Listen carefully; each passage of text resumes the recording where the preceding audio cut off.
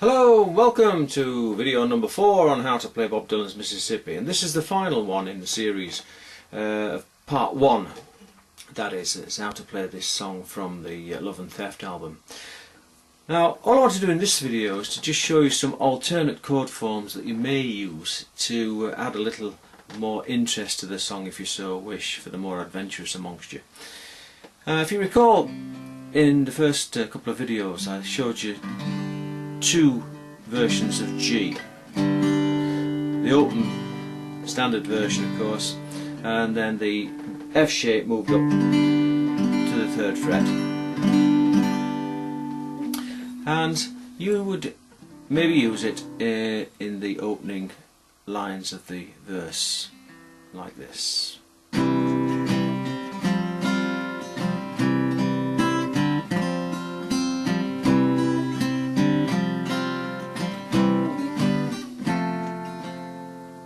Okay, now that sounds different to this.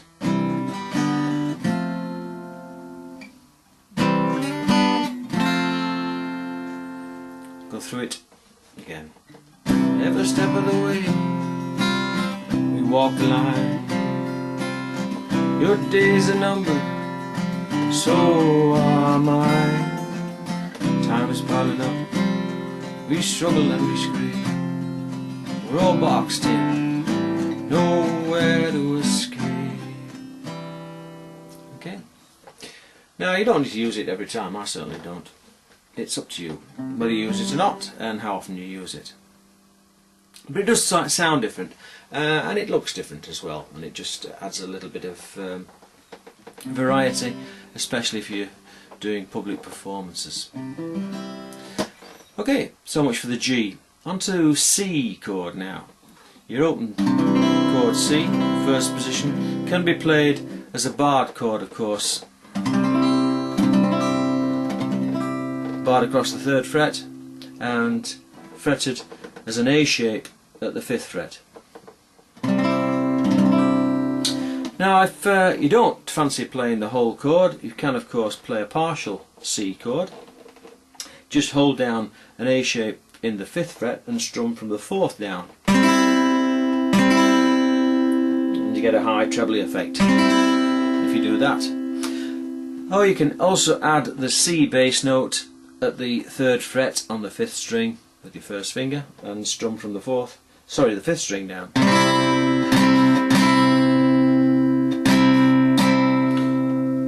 Okay. And that again certainly sounds different in the context of the song. So even in the introduction it can be used. Those opening chords in that first sequence go something like this, as I've already showed you.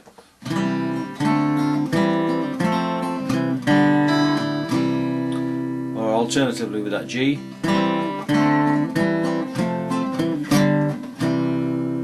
And the C you can finish up here.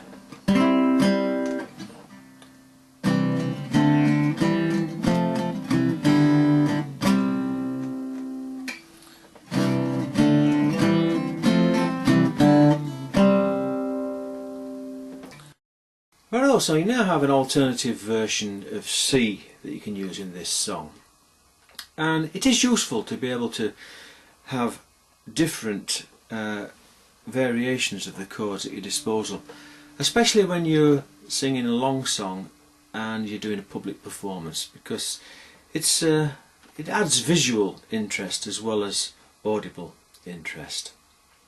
I'd like to just now move on finally to introduce you to the possibility of using one or two different and additional chords.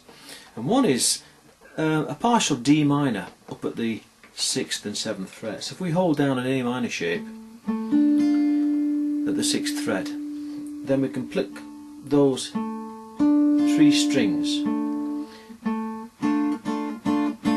using thumb, first finger and second finger on just the 4th, 3rd and 2nd strings. And it's easy to switch to the C chord.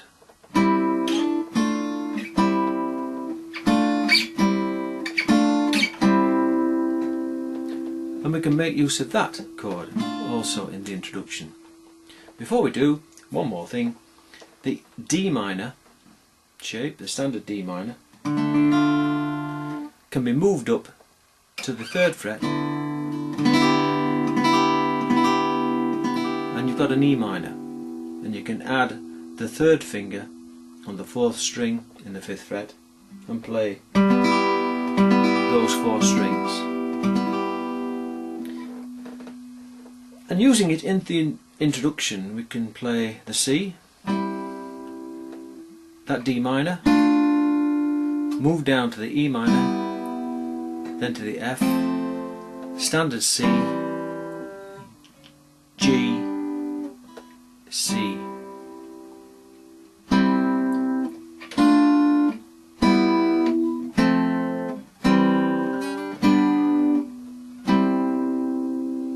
Go slowly again through it. C, D minor, E minor, F, C, G, C.